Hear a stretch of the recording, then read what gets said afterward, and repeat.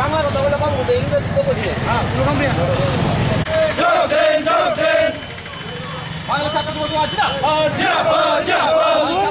ছাত্র যুব সমাজ তোমায় জিতাই হবে মহিলাই আন্দোলন মহিলাই সংগ্রাম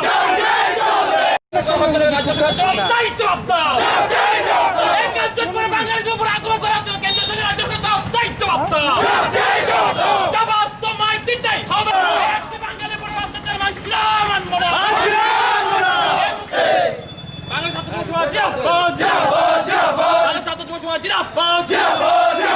ত্রিপুরা জবাব তোমায় দিতেই হবে ত্রিপুরা তো বাঙালিদের নিরাপত্তা নেই ত্রিপুরা তো বাঙালিদের নিরাপত্তা নেই ছাত্র যুব সমাজ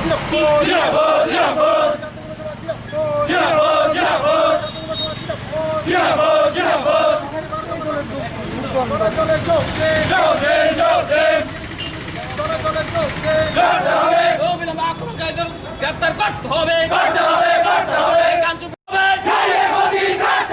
জবাব তোমায় দিতেই হবে জবাব তোমায় দিতেই হবে মুখ্যমন্ত্রী চুপ করে লাগছে জবাব দাও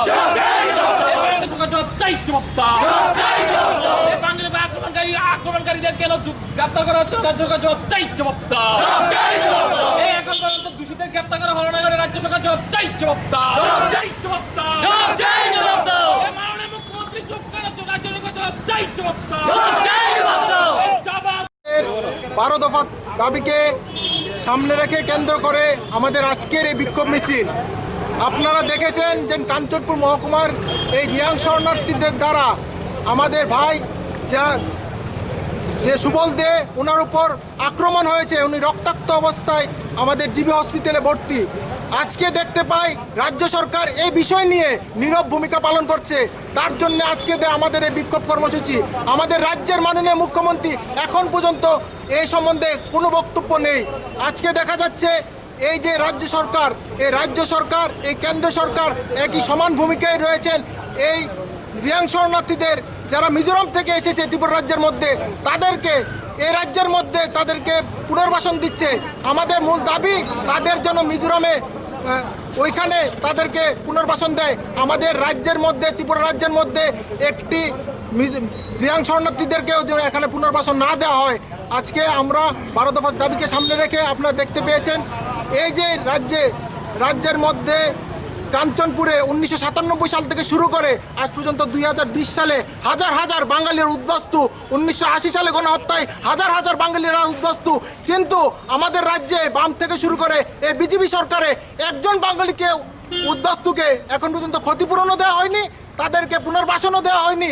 আজ দেখা যাচ্ছে ভিন রাজ্য থেকে আসা রিয়াং শরণার্থীদেরকে কেন্দ্র সরকার 600 কোটি টাকার প্যাকেজ দিচ্ছে, তাদেরকে এই রাজ্যের মধ্যে পুনর্বাসন দিচ্ছে। দেখা যাচ্ছে তারা বারবার 1997 সাল থেকে শুরু করে আজ পর্যন্ত 2020 সালে দেখা যাচ্ছে বারবার তারা এই ভূমিপুত্র বাঙালিদের উপর আক্রমণ করছে। আজ পর্যন্ত দেখা যাচ্ছে বাম সরকার থেকে শুরু করে এই বিজেপি সরকার সবাই নীরব। আমাদের মাননীয় মুখ্যমন্ত্রী শ্রী বিপ্লব কুমার দেব এই বিষয় নিয়ে নীরব। আজকে আমরা গিয়েছিলাম কালকে, আমরা সুবল দেখতে ওইখানে দেখে যে স্বাস্থ্যকর্মীরাও তার সাথে দুর্ব্যবহার করছে। তার জন্য আজকের আমাদের এই বিক্ষোভ কর্মসূচি 12 দফা দাবিকে কেন্দ্র করে আমাদের দাবি 80 জুনের গণহত্যা থেকে শুরু করে 2020 সাল পর্যন্ত যে বাঙালিরা উদ্বাস্তু হয়েছিল তাদের ক্ষতিপূরণ দেওয়ার জন্য তাদেরকে নিজ বাসায় নিজ জায়গায় তাদের পুনর্বাসন দেওয়া হয়। এই বিষয়গুলো নিয়ে আমাদের আজকের এই 12 দফা দাবিকে কেন্দ্র করে আজকের এই বিক্ষোভ কর্মসূচি। আপনার নাম আর ডেজিগনেশন? আমার নাম কল্যাণ পাল, আমি যুব সচিব।